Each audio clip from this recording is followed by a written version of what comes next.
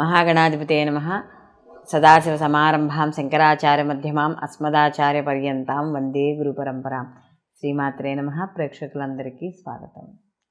పక్ష ఫలితాలు 16/2/2024 నుండి 29/2/2024 వరకు గల పక్ష ఫలితాలని నవగ్రహ సంచారాలను అనుసరించి ద్వాదశ రాశుల వారికి శుభాశుభ ఫలితాలు ఏ విధంగా ఉంటాయి అనే విషయాన్ని మనం తెలుసుకుందాం. ముందుగా గ్రహస్థితి కానీ చూసుకుంటే మేషరాశిలో గురువు యొక్క సంచారము, అలాగే కన్యారాశిలో కేతువు యొక్క సంచారము, మనకి మకర రాశిలో శుక్ర బుధ అలాగే కుజ గ్రహాల యొక్క సంచారం.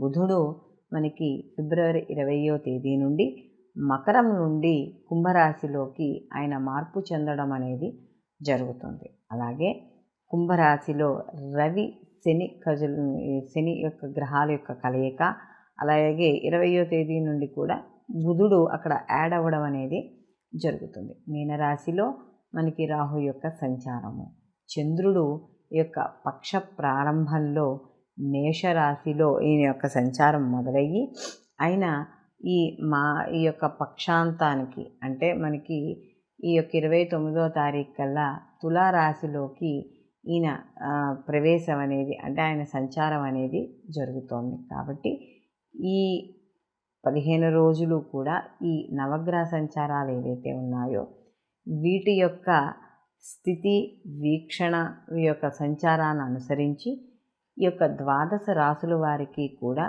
వారికి యొక్క శుభాశుభ ఫలితాలు అనేది ఉండడం అనేది జరుగుతుంది. కాబట్టి అసలు ఈ ద్వాదశ రాశుల వారికి ఎలా ఉండబోతోంది అనే విషయాన్ని ఇప్పుడు మనం తెలుసుకుందాం. సింహరాశికి రాశాధిపతి వచ్చి రవి. ఈ సింహరాశిలోకి మనకి మఖ 1, 2, 3, 4 పాదాలు, పుబ్బ 1, 2, 3, 4 పాదాలు, ఉత్తర 1వ పాదము సింహరాశిలోకి వస్తుంది. సింహరాశి వారికి ఆర్థికపరమైన విషయాల్లో చిన్న చిన్న ఒడిదొడుకులు అనేవి కనపడుతూ ఉంటాయి. అయితే వీళ్ళకి సమయానికి మాత్రం డబ్బు చేతికి అందడం అనేది జరుగుతుంది. అయితే ఇక్కడ వీళ్ళకి కానీ చూసుకున్నప్పుడు ఈ యొక్క రవి యొక్క మార్పు ఎప్పుడైతే వీళ్ళకి జరిగిందో ఈ పక్ష ఫలితాల్లో కానీ చూసుకున్నప్పుడు ఎప్పుడైతే ఈ రవి మార్పు సప్తమ స్థానంలోకి జరుగుతోందో కాస్త భార్యాభర్తల మధ్య చిన్న చిన్న మనస్పర్ధలు, గొడవలు, లేదా భాగస్వామి వ్యాపారాల్లోనూ సమాజపరంగా చూసుకున్నప్పుడు కాస్త కొద్దిగా కీర్తి గౌరవాలు, అనారోగ్య సమస్యలు ఇలాంటివి చిన్న చిన్న ఒడిదుడుకులు అనేవి ఉంటాయి. అయితే వీళ్ళకి గురువు యొక్క వీక్షణ అనేది వీళ్ళ మీద ఉంది కాబట్టి కాస్త వీళ్ళకి ఈ ప్రతికూల ఫలితాలు తగ్గడం అనేది జరుగుతుంది. సోదరుల వర్గాల నుండి ముఖ్యంగా యొక్క అక్క చెల్లి ఇలాంటి వాళ్ళ దగ్గర నుంచి లేదా ఆ వరుసకు సంబంధించిన వాళ్ళ యొక్క సహాయ సహకారాలు మీకు ఈ యొక్క సింహరాశి వాళ్ళకి పొందడం అనేది జరుగుతుంది. అలాగే షష్టమ స్థానంలో ఎప్పుడైతే కుజుని యొక్క మార్పు అనేది జరిగిందో వీళ్ళకి శత్రువు యొక్క బాధలు కానీ రుణ బాధలు కానీ తగ్గుతాయి. అంటే ఖర్చులు ఉన్నా కూడా ఆ ఖర్చుల్లో కాస్త ఆ ఖర్చుల యొక్క శాతం అనేది తగ్గడం అనేది జరుగుతుంది.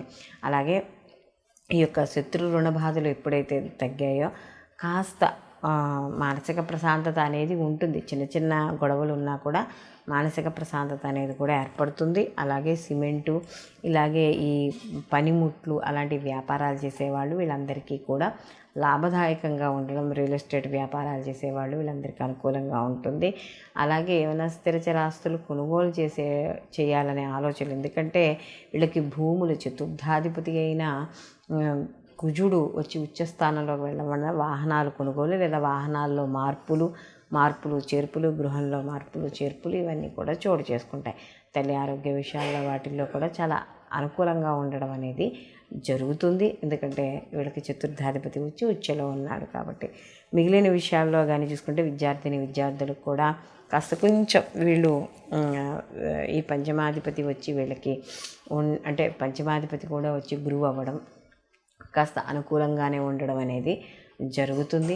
క్రియేటివిటీ రంగాల్లో ఉన్న వాళ్ళందరికీ కూడా కాస్త ప్రోత్సాహకరంగా ఉండడం, గురువు వీరి యొక్క వీక్షణ వల్ల కాస్త ఏదైనా మధ్యలో చిన్న చిన్న అవకతవకలు ఉన్నా కూడా అవి మళ్ళీ వెంటనే కాస్త తక్కువ సమయంలోనే అవి మళ్ళీ ఒక పందాకి రావడం, అంటే కాస్త ఒడిదుడుకులు పడి పక్కకి జరిగినా కూడా విషయం నుండి మళ్ళీ ఏదైతే పని చేయాలనుకుంటున్నామో మళ్ళీ దాని కాన్సన్ట్రేషన్లోకి రావడం ఇవన్నీ కూడా జరుగుతూ ఉంటాయి సింహరాశి వాళ్ళకి. కాబట్టి వీళ్ళకి ఆరోగ్య విషయాల్లో అప్పుడప్పుడు కాస్త జాగ్రత్త వహిస్తూ ఉండడం అనేది మంచిది. వీళ్ళు మరిన్ని మంచి ఫలితాలు పొందడానికి వీళ్ళు ప్రతిరోజు కూడా గణపతి ఆరాధన, లక్ష్మీ గణపతి ఆరాధన చేసుకోవడం, దుర్గా ఆరాధన చేయడం. మనం ఇప్పుడు ఈ పక్ష ఫలితాల్లో భాగంగా ద్వాదశ రాశుల వారికి, ఒక్క రాశి వారికి, ఒక్కొక్కరికి ఏ రాశి వాళ్ళకి ఏ విధంగా ఉంటుంది, వీళ్ళ వృత్తి, ఉద్యోగం, వ్యాపారం, వివాహం, సంతానం, అలాగే వీళ్ళ యొక్క మానసిక స్థితిగతులు కావచ్చు, లేకపోతే ఆర్థిక స్థితిగతులు కావచ్చు, వ్యాపారంలో జీవిత భాగస్వామ్యం, అలాగే భాగస్వామి వ్యాపారము, ఇలా మనం వీటి అన్నిటి గురించి కూడా మనం చర్చించుకోవడం అనేది జరిగింది. ఎందుకంటే ఈ 15 రోజులు అంటే ఈ పక్ష ఫలితాలు ఏవైతే ఉన్నాయో ఈ యొక్క సమయాన్ని అంటే ఈ 15 రోజుల సమయంలో కూడా ఏ రాశి వాళ్ళు ఎటువంటి ఫలితాలు పొందుతారు, ఎటువంటి పనులు చేయొచ్చు, ఎటువంటి పనులు చెయ్యకూడదు అనే విషయాన్ని మనం తెలుసుకోవడం అనేది జరుగుతుంది. అయితే ఇందులో ప్రత్యేకంగా ఏవైనా కొత్తగా పనులు చేపట్టాలి అంటే కొత్తగా ఏదైనా ఒక జీవితంలో ఒక మార్పు తెచ్చుకోవాలి, అది ఉద్యోగపరంగా కావచ్చు, వ్యాపారపరంగా కావచ్చు, వివాహపరంగా కావచ్చు, అంటే దైనందిక జీవితంలో కాకుండా ప్రత్యేకంగా మనం ఏదైనా ఒక కార్యక్రమాన్ని మొదలు పెడుతున్నప్పుడు ఈ యొక్క గోచార ఫలితాలతో పాటు జన్మజాతక ఫలితాలు కూడా తప్పకుండా పరిశీలనలోకి అనేది తీసుకోవాలి. ఎందుకంటే ఇప్పుడు ఈ యొక్క ఏవైతే ఈ యొక్క పక్ష ఫలితాలు ఉన్నాయో ఇవి కేవలం గోచార ఫలితాలను మాత్రమే చెప్తుంది, అంటే ప్రజెంట్ ఎలా ఉన్నదని మాత్రమే చెప్తుంది. అయితే మనకి జన్మజాతకం అనేది మనకి ఫ్యూచర్ని కూడా మీ యొక్క వ్యక్తిగత జాతకం కాబట్టి దాని యొక్క ఫలితము మంచైనా చెడైనా కూడా దాని యొక్క తీవ్రత అనేది ఎక్కువగా ఉండడం అనేది జరుగుతుంది. మంచి ఉందనుకోండి, ఒకవేళ గోచారంలో బాగాలేకపోయినా కూడా మీ యొక్క జన్మజాతక ఫలితాలు శుభ ఫలితాలుగా ఉన్నాయి కాబట్టి మీకు శుభ ఫలితాలే, ఏదైనా ఒక కార్యక్రమం మొదలుపెట్టినా, ఒక పని చేపట్టినా కూడా శుభ ఫలితాలే ఎక్కువగా ఉండడం అనేది జరుగుతుంది. కాబట్టి